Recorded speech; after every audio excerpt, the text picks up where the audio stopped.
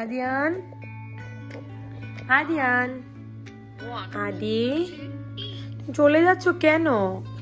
I miss you. তো সেই দিন ছিল ওদের লাস্ট দিন, চলে যাচ্ছে ফিনল্যান্ড থেকে সুইডেনে। আর আমার কাছে এত বেশি খারাপ লাগছিল, সময় যে কিভাবে চলে গেল।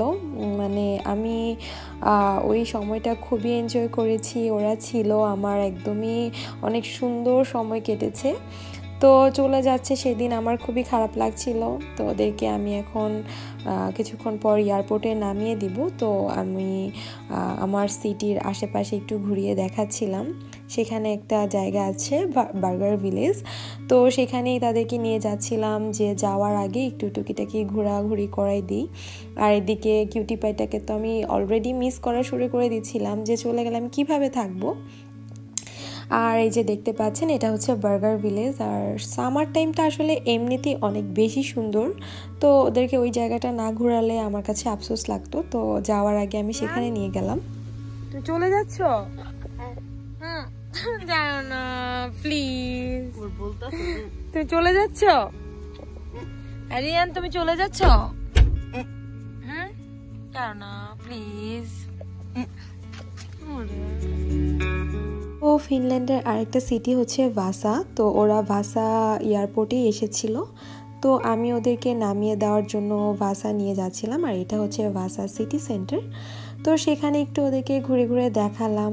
এরপর আমি চলে এসেছি এয়ারপোর্টে।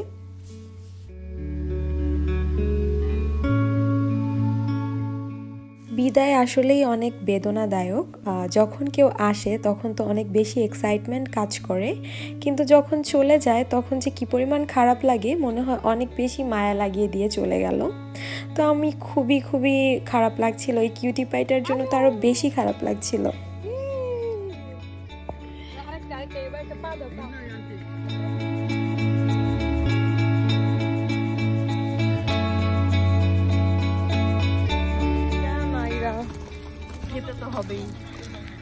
I miss you everyone. Eddie, I miss you Eddie. I miss you Eddie. Ache. I miss you. You gonna miss me? Eddie? Oh yeah. Oh. শান্তি লাগবে আমার মনে পুরো বাসা খালি ডিপ্রেশন। হ্যাঁ ডিপ্রেশন লাগবে আমার।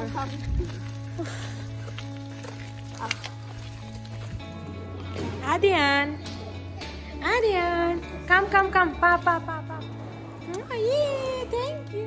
বিদায় তো দিতে ইচ্ছে করছিল না, বাট বিদায় তো দিতেই হবে, দিস ইজ লাইফ। তো যাই হোক, আপনাদের সাথে ওরা আসার পর আমরা কি কি অ্যাক্টিভিটিস করেছি শেয়ার করার চেষ্টা করেছি। তো আবারও নতুন কোনো ভিডিও নিয়ে চলে আসবো। টিল দেন সবাই ভালো থাকুন, সুস্থ থাকুন। আল্লাহ হাফেজ।